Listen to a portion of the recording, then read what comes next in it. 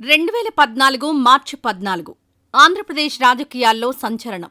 అప్పటిదాకా ఒక super star హోదాలో ఉన్న హీరో కాస్త జనసేనాని అయిన రోజు అది.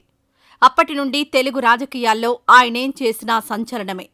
పార్టీ పెట్టగానే ఎవరూ పెద్దగా పట్టించుకోలేదు.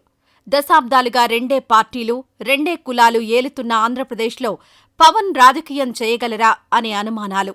అన్నకే పరాభవం అయిన చోట ఈయన చేసేదేంటి అన్న అవహేళనలు. పవన్ ఫ్యాన్స్లో ఎక్కువ మంది ఓట్లు లేని యువతే. సభలకొచ్చిన జనం పోలింగ్ బూత్ల వరకు వచ్చి ఓట్లు వేస్తారా అనే అభిప్రాయాలు.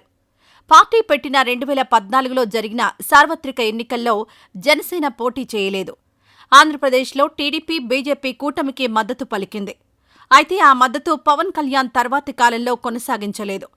2 ఏళ్ల తర్వాత బీజేపీ ప్రత్యేక హోదా ఇవ్వలేదని, టీడీపీ కూడా ప్రశ్నించడం లేదని ఆరోపిస్తూ ప్రతిపక్ష పార్టీగా మారి గళం విప్పారు. 2019లో జరిగిన ఎన్నికల్లో జనసేన పార్టీ బీఎస్పీ, వామపక్ష పార్టీలతో జతకట్టి ఎన్నికలకు వెళ్లింది.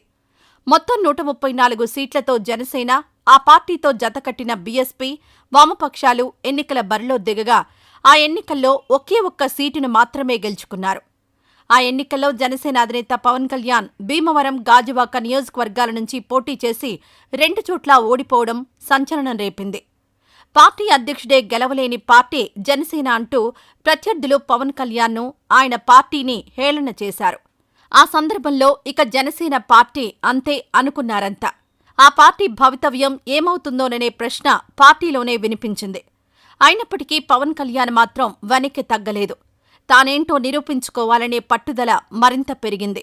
ఎట్టి పరిస్థితుల్లో వెనక్కు తగ్గేదేలే అంటూ ముందుకు సాగారు. అధికారంలో ఉన్న వైసీపీ అరాచకాలపై పోరాటం చేస్తూ వచ్చే ఎన్నికల్లో వైసీపీని గద్దె దించుతానని ఛాలెంజ్ విసిరారు. జగన్ నిన్ను పాతాళానికి తొక్కుతా అంటూ గర్జించారు. మొదట దీనిని ఎవరూ పెద్దగా పట్టించుకోలేదు. కానీ 2024 ఎన్నికల ఫలితాల తర్వాత ఏపీ రాజకీయాల్లో పవన్ విలువేంటో తెలిసింది. 2019 ఎన్నికల్లో జనసేన పరాజయం తర్వాత ఆ పార్టీ ఉనికికే ప్రమాదం ఏర్పడిన పరిస్థితులు ఎదురయ్యాయి.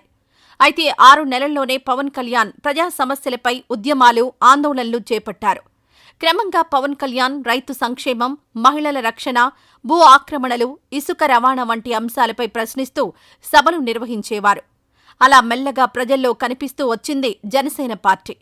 తర్వాత మళ్లీ బీజేపీ వైపు అడుగులు వేసి కేంద్ర పెద్దలతో సత్సంబంధాలు నేర్పారు. 2023 సెప్టెంబర్లో చంద్రబాబు అరెస్ట్ని సరిగ్గా వినియోగించుకున్నారు పవన్. చంద్రబాబుని రాజమండ్రి జైలుకు వెళ్లి కలిసి 2024 ఎన్నికల్లో టీడీపీతో తాను కలిసి వెళ్తున్నానని, వైసీపీ అరాచకాలను ఎదుర్కోవాలంటే తన ఒక్కడి బలం చాలదంటూ జైలు వద్ద జరిగిన మీడియా సమావేశంలో ప్రకటించారు. బీజేపీని కూడా కలుపుకుపోతానని, ఈ విషయంలో బీజేపీని ఒప్పిస్తానని అన్నారు. అయితే 2019 ఎన్నికల తర్వాత పరిస్థితులు చూస్తే మరోసారి టీడీపీ, బీజేపీ కలిసి పోటీ చేసే అవకాశం లేదనే చర్చ జోరుగా సాగింది. ఈ 2 పార్టీలు కలుస్తాయనే ఆశ, నమ్మకం చాలా తక్కువ. కానీ పవన్ కళ్యాణ్ మాత్రం ప్రభుత్వ వ్యతిరేక ఓటు చీలనివ్వబోనంటూ రాష్ట్ర ప్రజలకు మాట ఇచ్చారు. ఆ మాటను నిలబెట్టుకోవడానికి ఆయన బీజేపీ, టీడీపీతో సంప్రదింపులు జరిపి పొత్తు కుదరడానికి కీలకంగా పనిచేశారు.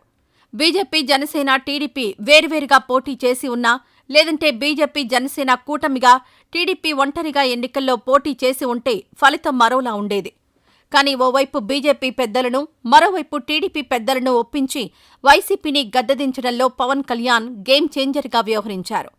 అనంతరం 2024 పొత్తుల్లో భాగంగా జనసేన, టీడీపీ, బీజేపీ కలిసి కూటమిగా ఏర్పడి ఎన్నికలకు వెళ్లి వైసీపీని 11 సీట్లకే పరిమితం చేశాయి.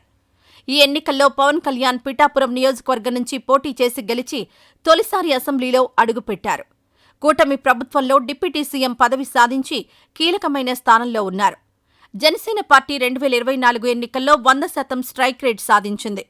పోటీ చేసిన 21 అసెంబ్లీ, 2 పార్లమెంట్ స్థానాల్లో అద్భుత విజయం సాధించింది.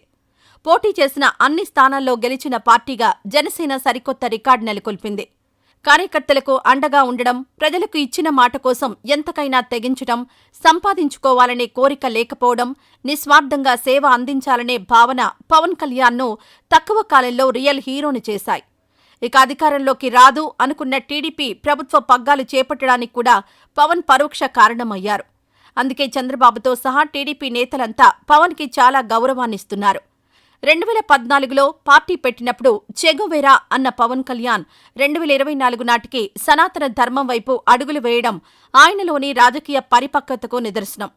ఒక యోగి ఆదిత్యనాథ్లాగా సౌత్ స్టేట్స్లో ఇంతవరకు ఎవ్వరూ సనాతన ధర్మం గురించి పోరాడలేదు. ఇప్పుడు పవన్ రూపంలో దక్షిణాదిన కూడా ఆ స్పేస్ వచ్చింది. దాంతో పవన్ జాతీయ రాజకీయాల్లో కూడా పాపులర్ అయ్యారు. భవిష్యత్తులో ఆయన ఆంధ్రప్రదేశ్ రాజకీయాలతో పాటు జాతీయ రాజకీయాల్లోనూ కీలకంగా మారతారని విశ్లేషకులు అంచనా వేస్తున్నారు.